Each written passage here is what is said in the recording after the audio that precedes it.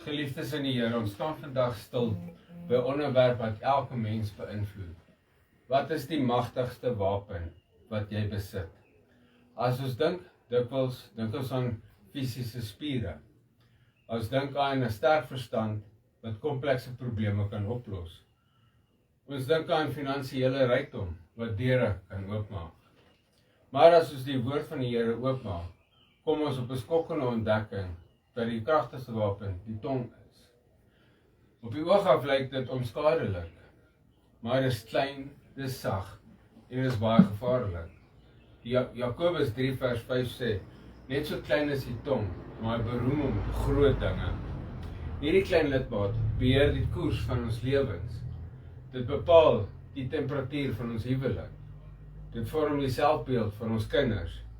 Dit bou of breek ons verhouding met God. Spreuke 18:21 sê, dood en lewe is in die mag van die tong. En elkeen wat dit graag gebruik, sal die vrug daarvan eet. Punt 1. Die krag om dood te kan maak. Dink aan die stelsel van geregtigheid. Dink aan iemand wat 'n valse getuienis lewer in die hof. Een leuen, een verdraaiing van die waarheid kan die dood of lewenslange tronkstraf van 'n onskuldige man veroorsaak. Dink aan 'n sosiale media, 'n valse gerug wat by die werk versprei, 'n storie wat versprei word by die kerk, 'n kwaadwillige storie op Facebook van iemand kan sy reputasie vernietig. Wanneer jy iemand se naam skade aandoen, pleeg jy sosiale selfmoord. Jy maak hulle toekoms, hulle invloed en hulle verhoudings dood met woorde. Punt 2. Aan die ander kant het die tong die goddelike vermoë om 'n trooster te wees. Dink aan iemand wat diep in depressie ly, iemand wat met selfmoordneigings worstel en heeltemal hoop verloor het. Hulle staan op die rand van die afgrond. Juist daar kan die opregte, bouende woorde hierdie persoon hoop gee en kan selfs sy lewe red. 'n Woord van bemoediging, herinnering aan God se lewe, kan die lig wees wat die duisternis verdryf. Punt 3. Verder sê die woord van God, die tong is soos 'n slang se gif. Psalm 140 vers 3 sê, hulle maak hul tonge skerp soos 'n slang. 'n Gif van 'n adder is onder hulle lippe. Gif kan nie dadelik gesien word nie, maar dit sien in hulle stelsel in, net soos die tong.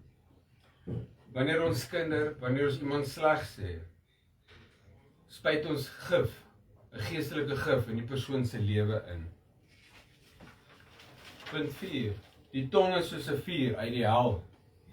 Jakobus 3 vers 6 sê vir ons, die tong is ook 'n vuur, die wêreld van ongeregtigheid. Net so 'n plek neem die tong onder ons lede in. Dit besmet die hele liggaam en steek die hele lewensloop aan die brand en word uit die hel aangesteek. Dink aan veldbrande wat jy op die nuus sien. Dit begin nie met 'n bom nie. Dit begin met 'n vuurtjie, met 'n sigaretstompie. Dit is nie maklik om 'n veldbrand te stop as dit eers aan die gang is nie. Punt 5. 'n baie sterk punt waar die tong misbruik is die skepingskrag. Waarom is die tong so kragtig? Hoekom het woorde soveel gewig? Wel, die antwoord lê in Genesis 1. Hoe het God geskep? Hy het gespreek, laat daar lig wees, en daar was lig. Ons is ontwerp om medeskeppers van seën te wees.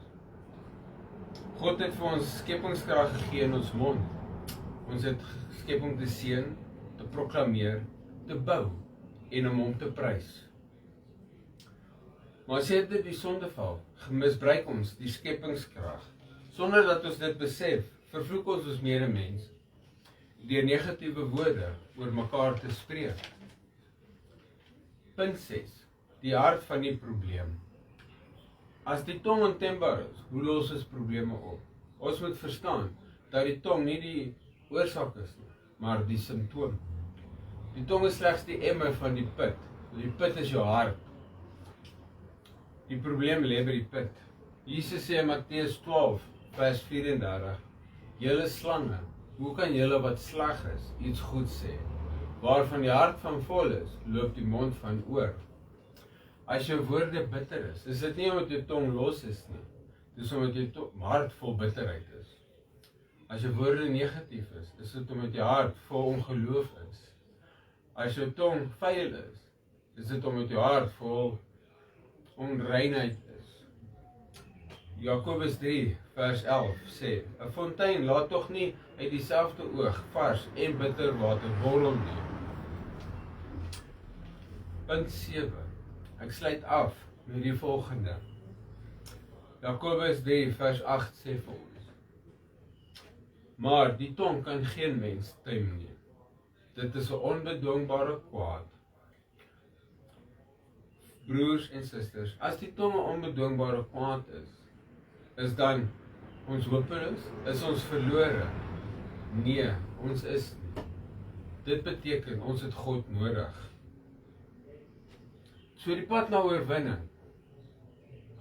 Erken die krag van die tong. Bely die misbruik van die tong. Vra vir 'n hartoperasie en kies lewe. Kom ons sluit die oë.